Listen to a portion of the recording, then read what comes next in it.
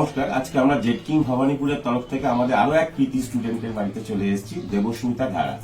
ঠিক আছে, তো দেবস্মিতা, তুমি গ্রাজুয়েশন ক্যালকাটা ইউনিভার্সিটি থেকে করেছিলে? হ্যাঁ, গ্রাজুয়েশন ক্যালকাটা ইউনিভার্সিটি থেকেই করেছি, পোস্ট গ্রাজুয়েশন করেছি বোটানি নিয়ে হ্যাঁ, ক্যালকাটা হ্যাঁ, ইউনিভার্সিটি হ্যাঁ। থেকে। বাহ, তো বোটানি নিয়ে ক্যালকাটা ইউনিভার্সিটি থেকে পোস্ট গ্রাজুয়েশন করার পর তুমি জেড কিং জয়েন করলে।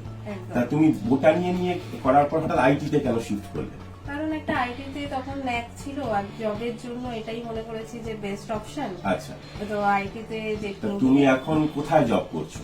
এখন কগনিজেন্টে জব করছি। কগনিজেন্টে জয়েন করছো। Yes. বাহ, আর কি ডেজিগনেশনে কাজ অ্যাজ এ করছো? Desktop support engineer. Desktop support engineer হিসেবে কগনিজেন্টে কাজ করছে দেবস্মিতা। দেবস্মিতা কি কোর্সে ভর্তি হয়েছিল জেড কিং? আমি জেকেএমএনএ কোর্সে ভর্তি হয়েছিলাম। যে কে এমএনএ, তো কি কি শিখেছিলে জেড কিং এমএনএ কোর্স থেকে? এমএনএ কোর্স থেকে শিখেছিলাম যে নেটওয়ার্কিং, মানে সুইচ রাউটিং, সার্ভার, এগুলো নিয়েই শিখেছিলাম। আচ্ছা, তো তুমি এখন যেটার উপর কাজ করছো আর যে শিখেছিলে সেই তার ইফেক্ট কি ওখানে তুমি দেখতে পাচ্ছ? সেই সাবজেক্টগুলোর কাজ কি ওখানে হচ্ছে?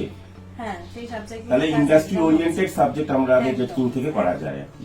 তো তুমি যারা পোস্ট গ্রাজুয়েশন করেছে বা ধরো গ্রাজুয়েশন করেছে বিভিন্ন স্ট্রিম, সায়েন্স, আর্টস, কমার্স, তারা আমাদের এই কোর্সটা কি জয়েন করতে পারে? হ্যাঁ, একদম। যে কোনো স্ট্রিম থেকে এই কোর্সে আসা যায় এবং এই কোর্সটা এখান থেকে করলে অবশ্যই আমি মনে করি সে চাকরি পেতে পারে।